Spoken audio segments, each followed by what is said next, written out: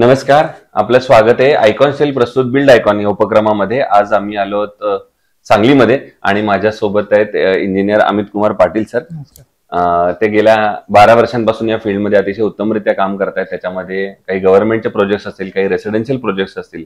त्यांच्या आजवरच्या या अनुभवाबद्दल, प्रवासाबद्दल आपण बिल्ड आयकॉन या प्लॅटफॉर्मवर गप्पा मारणार आहोत. सगळ्यात आधी गप्पांना आपण सुरुवात करूया. ते म्हणजे तुमची साधारण शैक्षणिक पार्श्वभूमी कशी होती, म्हणजे तुमची शाळा कुठलं होतं, तुमचं कॉलेज कुठलं होतं, सिव्हिल इंजिनिअरिंग या फील्डमध्ये येण्यामागची प्रेरणा कोणाची होती, अशा सगळ्या तुमच्याकडनं स्टोरी ऐकायची.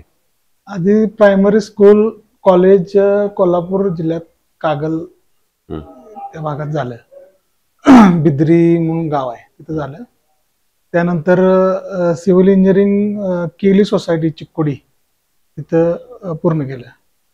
पहिल्यापासूनच आवड होती कन्स्ट्रक्शनची, म्हणजे यात काम करायचं पहिल्यापासून वाटायचं. त्यानुसार मग तिकडेच ऍडमिशन घेतलं.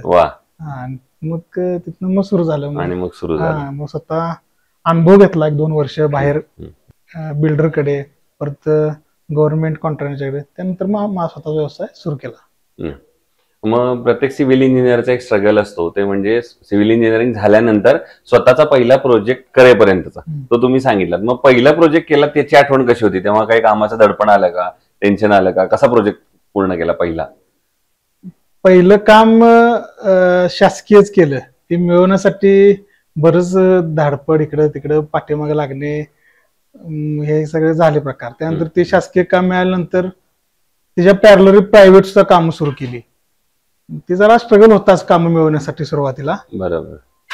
पण काय आवड असल्यामुळे त्यात पुढे हे करत काम पूर्ण करत गेलो, बसत गेला. आता या क्षेत्रातल्या काही प्रश्नांकडे, त्यातला पहिला प्रश्न आहे म्हणजे या क्षेत्रामध्ये अकुशल कामगारांचं प्रमाण फार मोठं आहे आणि अशा कामगारांबरोबर काम करताना काही काळजी पण घ्यावी लागते. तर तुम्ही कशी ती परिस्थिती हाताळता?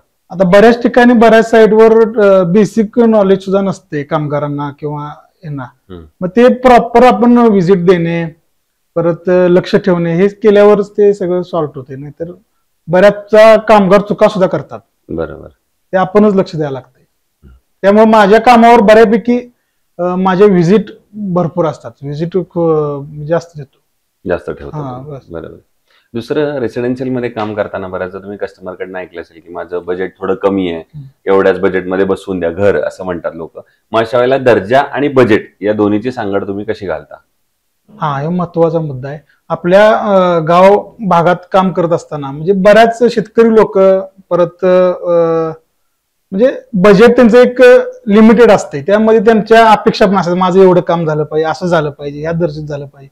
म्हणजे पहिल्यांदाच प्रोजेक्ट सुरू करताना मी त्यांच्याकडनं सगळं घेतोय की बाबा तुम्हाला काय पद्धतीचं काम पाहिजे किंवा तुमचं कशा पद्धतीचं तुम्हाला पाहिजे. त्यानुसार मग इथं आपण बाबा असं करूया किंवा इथं आपण हे करूया, इथं आपण कॉस्ट कटिंग करूया, इथं आपल्याला कॉस्ट कटिंग करून चालणार नाही, इथं आपल्याला क्वालिटीज द्यायला लागते. असं ते सगळं सॉर्टिंग करून पूर्ण प्लॅन करून ते आम्ही बजेटमध्ये बसवून. बरं. पुढचा प्रश्न आता या सगळ्यापेक्षा वेगळा आहे. तो म्हणजे सांगली जिल्ह्याच्या विकासाचं व्हिजन. असं जर एक इंजिनियर म्हणून तुम्हाला विचारलं तर तुमच्या डोळ्यासमोर कुठली मुद्दे येतात, ज्या मुद्द्यांवर, ज्या क्षेत्रावर आता काम करण्याची गरज आहे, जर आपल्याला सांगलीचा सर्वांगीण विकास येणाऱ्या 10-15 वर्षात करायचा असेल तर? सांगलीचं रुरल भागात म्हणला तर इरिगेशनची कामं अजून बरीच पेंडिंग आहेत. ती कामं झाली पाहिजेत अजून. आणि रस्त्याची पण कामं, रस्ते जरा खराब आहेत आपल्या रुरल भागात, ते पण रस्त्याची कामं अजून बऱ्यापैकी झाली पाहिजेत, असं मला वाटतं.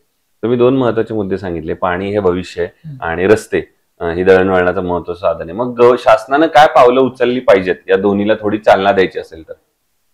आता शासनाने म्हणजे लोकप्रतिनिधींनी लक्ष दिलं पाहिजे याच्याकडे. कारण आपला जो पूर्व भाग जर बघितला तर पाण्याचा प्रश्न मोठा आहे सांगली भागामध्ये.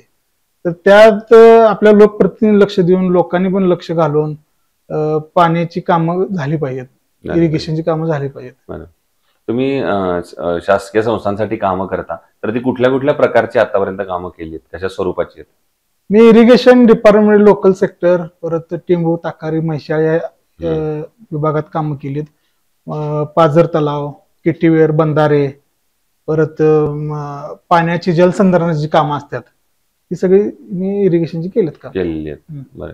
आतापर्यंत काम केलेल्या प्रोजेक्ट पैकी एखादा आयकॉनिक प्रोजेक्ट सांगू शकाल का, की जो करताना एक आनंद, समाधान वेगळं होतं आणि ज्या प्रोजेक्टमुळे जरा तुमचं नाव झालं, चर्चा झाली, असा वाला एखादा प्रोजेक्टची आठवण?